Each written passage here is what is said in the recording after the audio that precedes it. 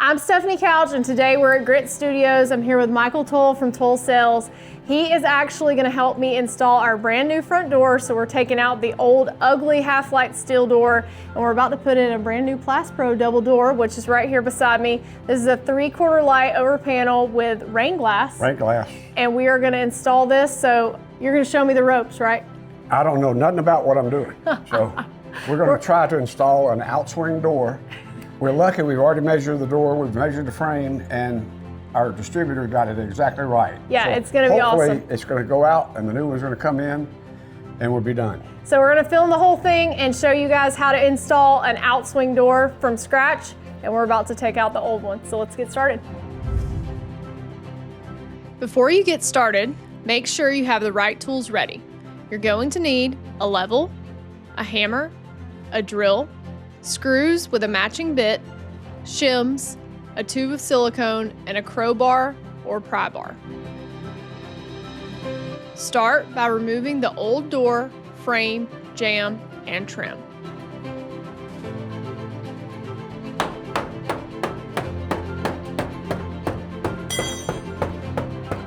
Boom. Yes! Victory! You're going to remove the old sill or threshold. Make sure you clean the opening where the old sill was so it is smooth and level. This is a common problem with doors, so make sure you take extra care here. Well, that looks pretty darn clean. All right, so tell me what we're gonna do next, Michael. Well, let's see, we're nice and level there. That's crazy. So we're checking for level in the frame. It's a little bit out. Okay. See, just a teeny tiny bit. Okay. Let's check the inside dimension is 75.5. Okay. Okay, and our frame, 74.1/8. So you got about a 1/2 inch, like you said, on each side. We're very nice and level on our sill. What would you do if it wasn't level? I would put a shim under the sill to get it level. Okay.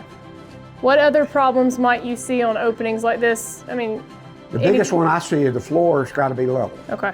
Okay. And if it's not, you got to adjust under your threshold when you install.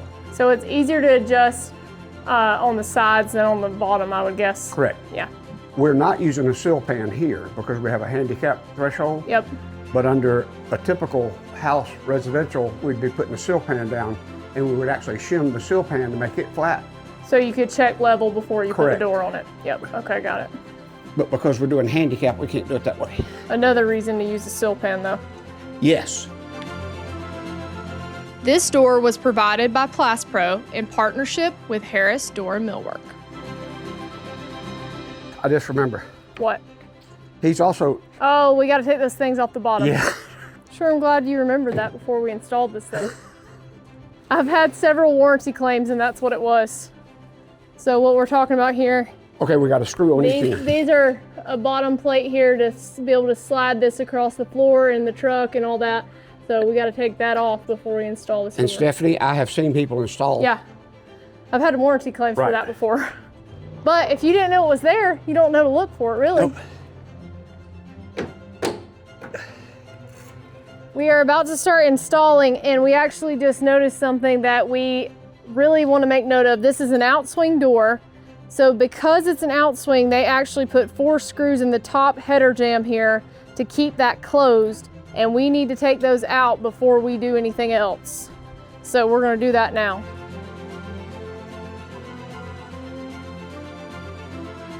All right, most door shops will put a little handle on like this so you can move it around. You got to take those out. That's what we're removing.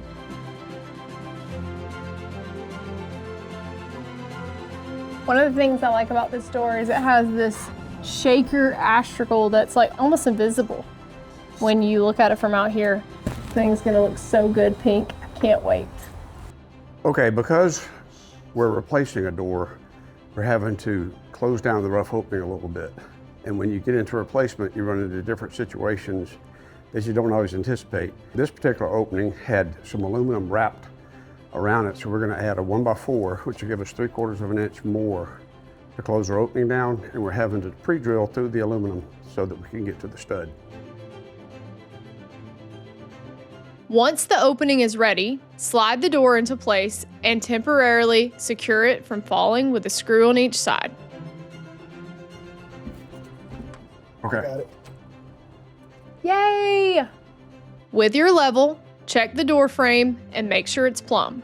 If it isn't, you're going to want to make adjustments by loosening the screw and moving the door until it's plumb. Then fasten it in place again.